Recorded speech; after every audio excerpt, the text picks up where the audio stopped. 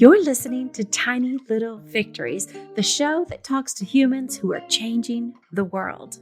I'm your host, Jennifer Kite-Powell, and on today's show, we're going to talk about the future. Have you ever wondered about what the future will look like? Is AI going to take over our lives? Can you be cryogenically frozen? My next guest, Briar Prestidge, is the CEO of the Prestidge Group. She is a Web3 evangelist and a futurist, an Interpol advisor, and she's going to talk to us about what the future means and why we have to keep asking questions to get the right answers. Stay tuned for this episode with Briar Prestidge.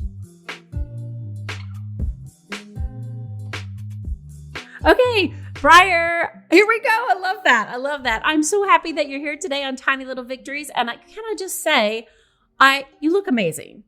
Thank you, Jennifer. And honestly, thank you so much for all of your support over the past couple of years. You know, I remember when we premiered 48 Hours in the Metaverse, and you wrote this absolutely fantastic article about it, and you've just really supported me. And so, yeah, it's a real pleasure to be here. Well, thank you. And I know, there's just so many places to go. And just to everybody that's listening out there, this woman is amazing. I know you heard all this in the bumper. And I think one of the things that jumps out at me most about you is you are a Web3 evangelist in everything you do and everything you breathe, how you do your work.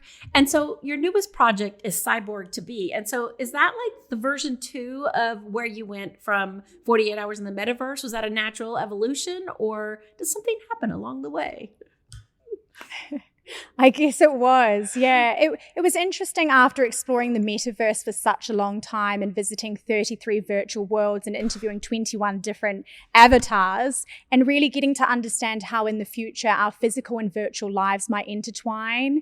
And in my explorations, I came across so many fascinating people, futurists, transhumanists, longevity experts, and it really made me start to understand that the only change in our lives is constant. The only constant in our life is change. I think it works both ways, really, to be honest, what you just said. I was like, did I get that right? But really we have to be curious. We have to explore, and you know that the future is going to take shape, and we might not necessarily know how it's going to be today, but the most important thing is that we're not fearful about it, and we go out there and we understand that we can play a proactive role. So yeah, I think in some ways just understanding that, it stopped me from being fearful. So it made me appreciate that in the future, we shouldn't be fearful about it. We should play a proactive role. We should stand up and we should explore it and be curious. Yeah, I love that. Another thing you said that I have really put on my refrigerator is no answer lasts forever. There's not one answer. And you said this, and that's part of your sort of raison d'etre, you know, and that we got to ask the right questions if we're going to build the right future. And I really don't believe there are a lot of futurists out there, to me, that take your approach, because you've literally dug into every single thing. Like you just listed longevity and then, you know, cryogenics, and you are like testing everything yourself. And I think that makes you a better futurist or a Web3 evangelist than most people who just, I feel like a lot of people just like spout off stuff without actually like walking the walk. And I feel like some of your projects and the sort of your business, because you are an entrepreneur, your businesses that you've created have been the perfect example of, if we're going to live in that world, let's live in that world.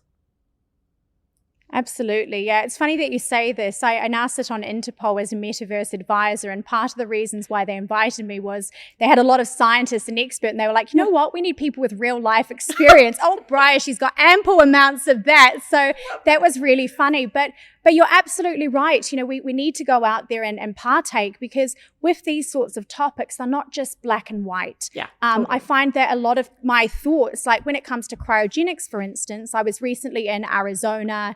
I went to the Alcor facility and I learned about potentially freezing or preserving my body so that come 100, 300 years in the future, I might be revived. And, you know, a lot of people are looking at me like I'm relatively crazy for wanting to do that. And even myself, I'm thinking, am I crazy? And I'm so on the fence about it. But, you know, when I explored it, there were actually so many more interesting things to uncover, such as back in the day, for instance, with Einstein's brain, they really thought that by cutting it up into 200, 300 pieces and mailing it around the world in order to see what made it so special was the thing to do. But had we actually preserved that via cryonics, we would be able to analyze it so much better and understand it's the synapses and the neurons and how everything is interacting. So just even going and understanding and thinking, you know what, maybe it's not going to be me who's going to be revived in 100 years or 300 years. Maybe the technology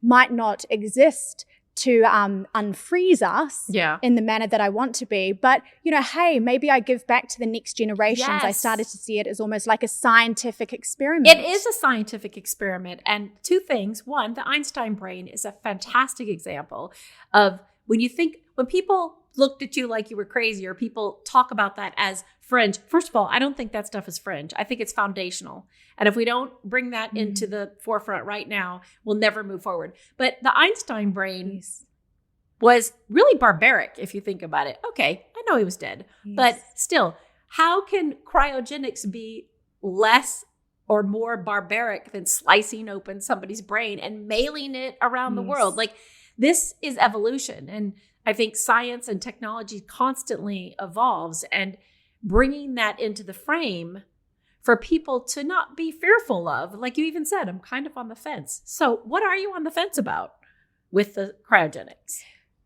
Well, a lot of people were saying to me like, oh, what about the afterlife? Like, will you miss out? Like, obviously it really does open up a lot of very philosophical conversations. But so obviously the life after death thing is a very interesting and very philosophical discussion. But the more I sort of thought about it, and the more I dug around in the community as well, I found myself in this Discord community where a lot of people are very heavily discussing cryogenics. And a lot of people were thinking, well, what's the difference between me being buried in the ground or me being cremated and me being stuck in a metal canister? Like, in terms of how will it actually affect me going to the afterlife?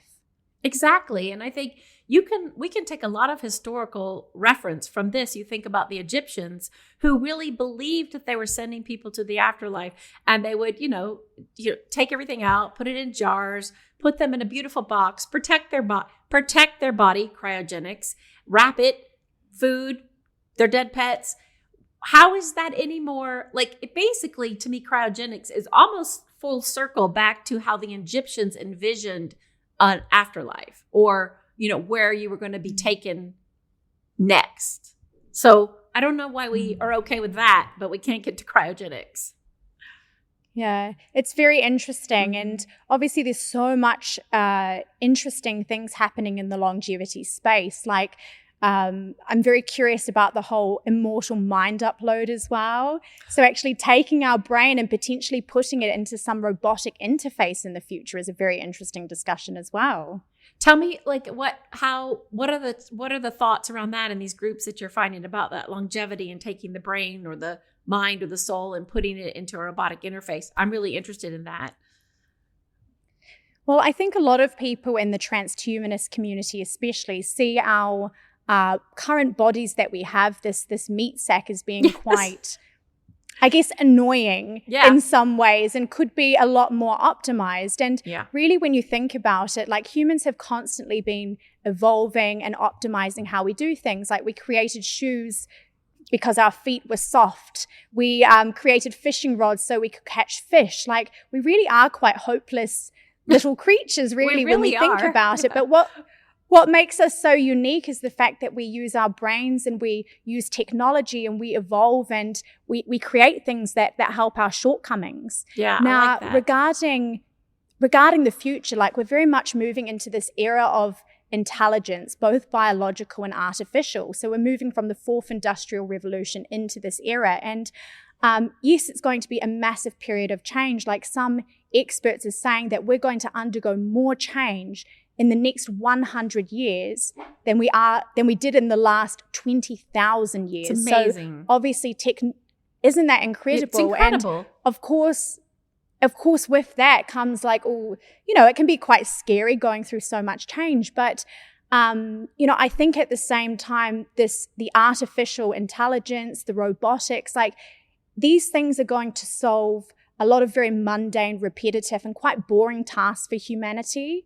And if we look back in history, and I love talking about history because I think it sometimes helps guide us with what's going to happen in the future. Absolutely. If we look back in history, when the machines came to be in the fourth industrial revolution, people were so worried and fearful about losing their jobs. But actually what they found is that they made more money, and it actually opened up a lot better jobs for them. So I think we are going to see a lot of that in the future. I hope so anyway. I would love for you to talk to us about your new reality style show, Cyborg to Be. I'm very interested in this. So how did this happen? Yeah, so for me, I'm producing it in a reality TV way by design. And I believe that a lot of these conversations about the future are very important, and I want to meet people on their level. So I'm essentially saying it's like Kim Kardashian meets science. Love it. I'm going out there interviewing many fascinating futurist scientists and really bringing these philosophical discussions to the masses.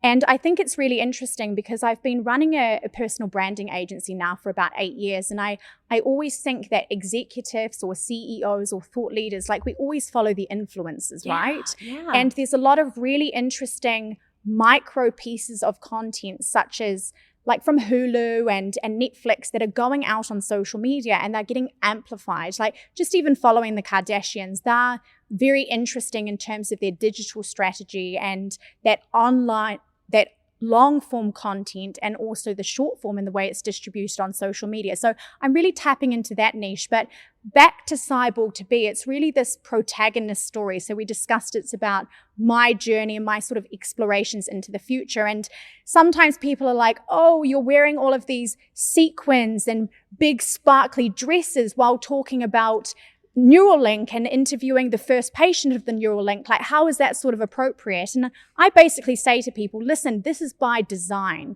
Whatever I can do to get more eyeballs on these very important discussions and to gather people's interests is what I'm prepared to do. And, sometimes I think futurism, transhumanism, like we need a bit of a rebrand in this space. Let's be real. Yeah. When I was growing up, I never saw people who were entrepreneurs or even successful people that were women. I was from a very small town in New Zealand called Darfield, and it just wasn't really on my radar. Yes. Yeah, go New Zealand. Go New Zealand. I love New Zealand as well, but definitely a big city girl. Yes, I could see where you're. I mean, like, what is like young Briar growing up in the green rolling hills of New Zealand? And oh gosh. Yeah, I mean, I could see you there, but I also see you more here. And I think your superpower is that you're able to take probably those foundational roots from there and then be able to come out and be in the place you're supposed to be. I don't think where you're born is necessarily your, end game, and share all this with the world. So I love that. And I also want to ask you is like, how is the way you dress like relevant to the topics that you talk about? This mindset confuses me with people. How have you dealt with that with those people? Well, I think it's really interesting, a lot of the comments that I do get on social media. And I do find that a lot of people commenting, like I picture them being like little keyboard warriors, like not really curious and going out there and exploring and very black and white with their thinking. And yeah, it just baffles me, to be honest, sometimes about why people don't want people to express themselves. And I really do hope that we're in 2024 now, why can't we wear sparkles? Like my team always finds sparkles around our office because they're so used to me wearing sparkles. I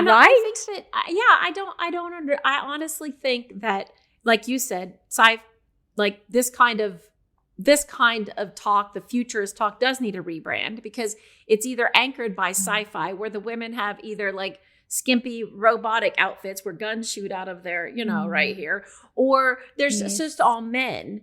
And I don't understand why someone can't express themselves. I'm not sure you would question a man if he dressed like that. I'm pretty sure you probably wouldn't, unless they were naked doing a show. I don't know, maybe.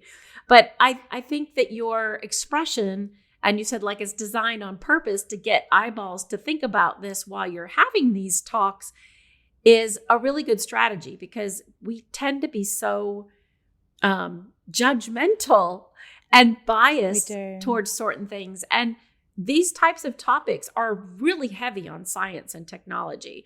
And that sometimes scares people, right? So I think your brand, you're making it relatable to people or making it look like the wow factor, hopefully will bring more people to the table. Thank you, Jennifer. Yeah, I think diversity in the futurism space is really important because, in the past, it has primarily been white, old men who have been futurists. And that's what data shows, and I think it's really important that we do have diversity in age, gender, nationality, schooling, experience, all coming together because the future can be designed in so many different ways.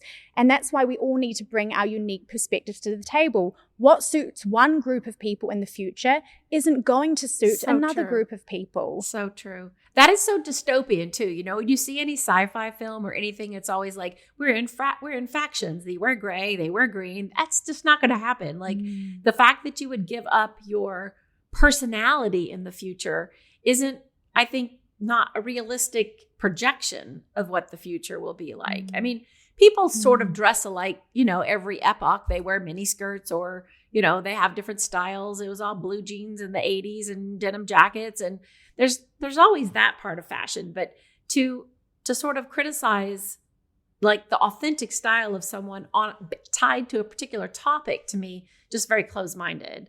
And that's why I love your posts. When you actually post and you said, I get a lot of people. I'm like, yeah, you go, girl, because people should wear whatever they want to wear. And also, I see some business attire outfits that I wouldn't even go take my trash out in the yard, So it's like, how is that business attire? I don't get it.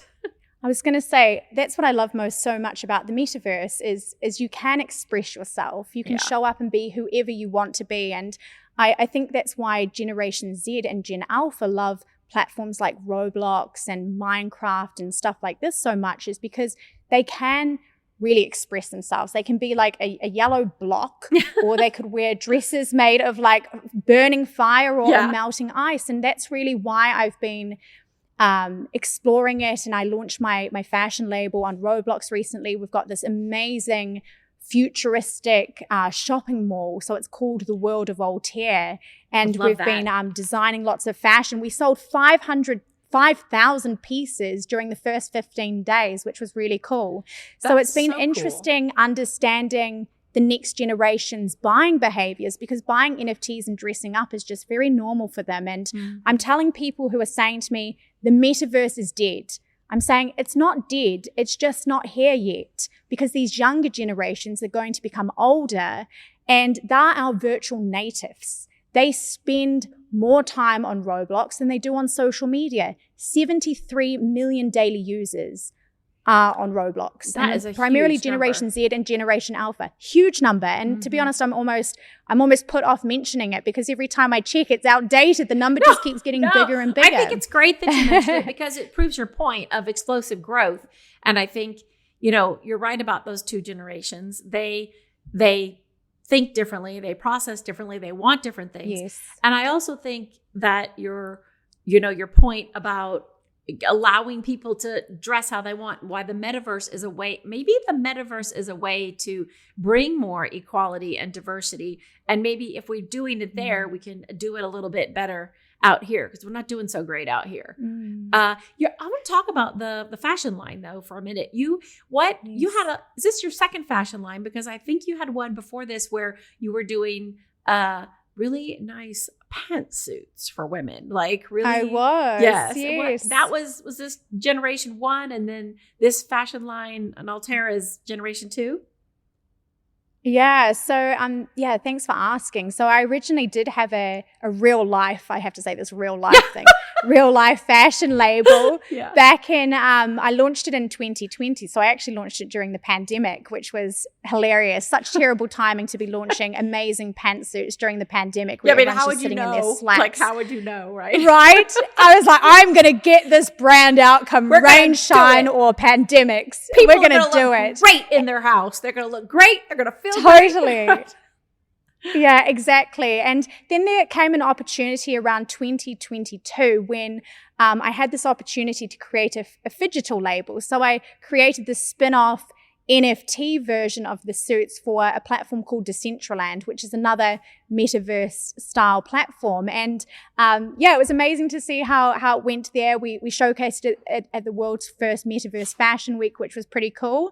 And then there came a point where, as an entrepreneur, I obviously have my fingers in a few pies and businesses and stuff like this. And I just had to take a bit of a step back and be like, you know what? I don't really like having this real life fashion label. I love fashion, don't get me wrong. Yeah. But when it came to the whole manufacturing aspect and things like this, I was just like, this is not something that I can really get passionate about. Yeah. And I had to make the really, really hard decision to close it with the idea that I would be able to focus that energy on other things such as my executive branding agency, Cyborg to Be, Hyperscale, my metaverse fashion label, because I do think it's a really exciting space, the future of fashion. Like even you and I today, Jennifer, like I could be wearing this augmented reality overlay. You might have in the future like a brain computer interface or augmented reality contacts, and my outfit could be changing 5 times a minute or something like this, which I think is really cool. Yeah, it is really cool because we all clothe ourselves, and we have for a very long time, right? Eons tried to wear clothes, to whether it was a fur cape or the progression of fashion. And I think, like you said earlier, this movement into the future, I think these are kind of things that are enjoyable things to be able to express yourself. And, it's so hard. I feel like society just doesn't want you to express yourself in so many ways. And it's actually feeling like it's getting a little worse. So yeah, I would love to be able to do that and from call to call switch and have a different overlay outfit on. I think that would enrich my life quite a bit. And I love that you also made the hard decision. It's hard, I think, as an entrepreneur. And I want to ask you about that, but you're doing the right thing, I think, because you have to be passionate about what you're doing. And you do have to eventually look and cherry pick, you know what, I'm more passionate about this. This is where I want to put my time. And I think that's a really difficult thing to do for people today, is to let go of things. Yes. It's true. And over the years, so I've been an entrepreneur now for almost 9 years. It's been such a journey. And I think there's a big difference between being an entrepreneur and being a CEO. It's been a very interesting experience. And I'm very mindful now about my time. I'm very mindful about my health and taking care of myself. So exercising, eating healthy food, sleeping, because you can't give the best of yourself to others if you're not taking care of yourself. And for many years, I sacrificed myself thinking that it's what I needed to do in order to achieve success with my businesses. And to be honest, if I look back, part of me is thinking, yeah, maybe that was a little bit necessary. One does have to be a certain amount of neurotic at the start and really pushing through and giving everything for it. Otherwise, the thing's just not going to get off the ground. But I think what you really have to do as you mature as an entrepreneur is, be very mindful about systems, processes, hiring people, be very particular about your time. Otherwise, you're just not going to be able to scale. We only have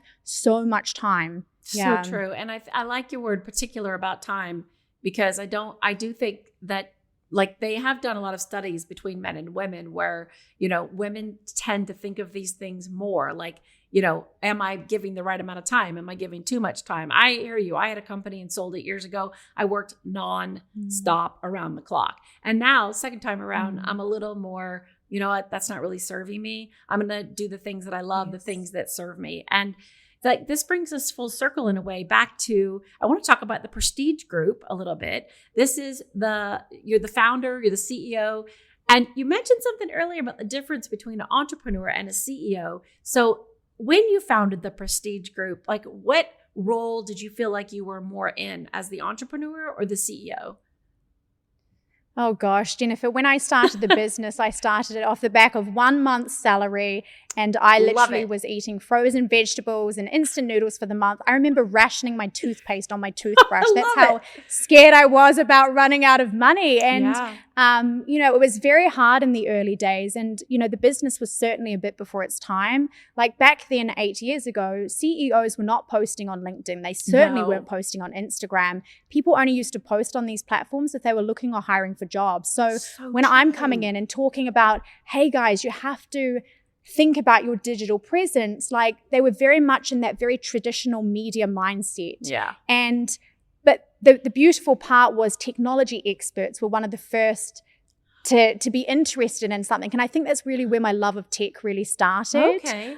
We did pick up a lot more traditional opportunities back then. So a lot of PR, media relations, speaking opportunities. But we really saw it as this interesting, no one was giving us a roadmap for how to do executive branding. So we really got to create our own strategies, which was fascinating. It is fascinating, and also puts you in a big, powerful place, because I still don't think people really even know what they're doing with their executive branding. And I still think even today in 2024, sometimes I talk to people, I'm like, you do know it's 2024, right? Like you have all these opportunities to use these platforms with micro content and content, and still there's sometimes this disconnect. And so when you were, saving your toothpaste and you were building this company, what point did you know you were on the right path? Did you yep, I got it? Oh gosh. I think once we see the results, really. I remember we worked with this very interesting technology entrepreneur who'd been part of the dot-com boom and sold his first company to Microsoft, and then had laid low for about 10 years building a startup in Dubai. And so when we got our hands on him, he was a great public speaker, but he had zero online presence. He had no media mentions for the past 10 years. So we really took this as an opportunity to be like, right, how can this thing really work? And it was just so fascinating how he became very quickly top of mind for a lot of journalists, for a lot of event producers and things, because they were constantly seeing his content. And it really was like the proof was in the pudding sort of situation. And over the years, we've worked with such fascinating individuals, from cybersecurity advisor to the US government, through to granddaughter of a Russell Kamer prince. Like you name it, we've done it by this point. We're a team of 25. We're in the top 3 executive branding agencies in the world. And I'm really saying to my team, it's very interesting, the future. Like in the future, I predict things like digital twins and like CEOs having reality TV-esque style content and things like this. And I think it's only going to spiral even more from here. I agree with you, and I absolutely love that you made that journey, and now you've grown to this team of 25. What has changed for you the most now from then to now? Because now you have a futurist podcast called Hyperscale, which is one of my favorite podcasts. You have the Cyborg to Be reality series. You have 48 Hours documentary in the metaverse, which won lots of awards. You're doing work with Interpol. Yes. That's a huge thing. I mean, I could go on in the list, but it's a long list. So what has changed? You're still running Prestige Group. For you as a woman that is managing many things, how have you changed because of all of these? I have changed so much. I think you learn, entrepreneurship is MBA on steroids, I feel. You really do quickly grow and evolve. And, when you're out there and doing things and being proactive, it's just, you go one way 1 minute, you're going another way the next minute, like you're experimenting. You've got that startup, innovative mentality. And I think certainly having to be quite... having that hustle in the early days. I think I've really carried that with me throughout my entire career, because I'm able to be very innovative and think outside the box. I never had an agency prior to working in this space.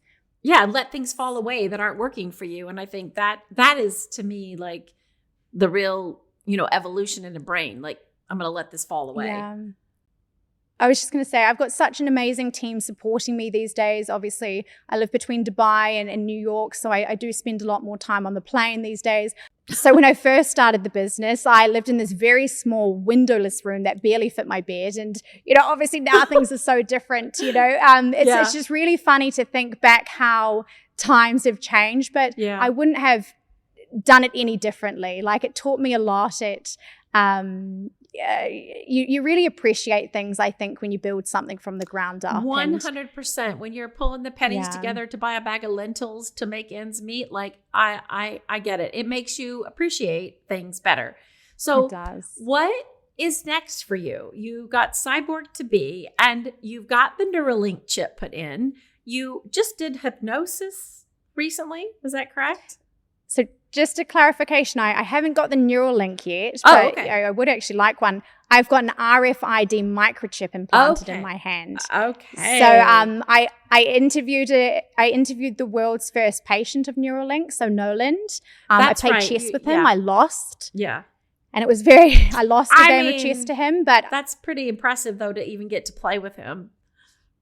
Oh, it was so cool. And, he's very inspiring. He sees having his Neuralink and living in this age of artificial intelligence and innovation. He's picturing a future for himself where he can walk again. He's paralyzed from the shoulders down. And he's not wrong. These things could be a very real possibility in the future. Yes. But unfortunately, there's a lot of stigma around brain-computer interfaces. A lot of people say, oh, it's, the governments are going to take over the world and implant everybody with brain-computer interfaces. But really, I think what people are failing to realize is that the worst thing that could happen today is not the governments are going to implant us all with them. It's that people like Noland do not get the funding that is needed in this space. What's so different from, say, a pacemaker, which back in the day also got a lot of stigma, and now we wouldn't think twice if our nan needed it. Exactly. Compared to a brain-computer interface. Also, the exoskeleton. I keep telling my stepfathers, you need to get one of these to help you, stand up and walk straight. You have many more years, but this is where the technology, I love your pacemaker analogy there, because people that have that could live a different life. Like you said, he could maybe get up and walk again. How can we deny people that access to that kind of technology to improve their lives or even bring it to the level that things we take for granted? So you had the RFID put in your wrist. What are you doing with it? Yeah, so the microchip in my hand I got implanted with world famous Sophia the robot from Hansen's Robotics. Yes, I read that. So she came with me. So she's this very interesting robot who talks and had very interesting perspectives. And sorry, Jennifer, one second. That's okay.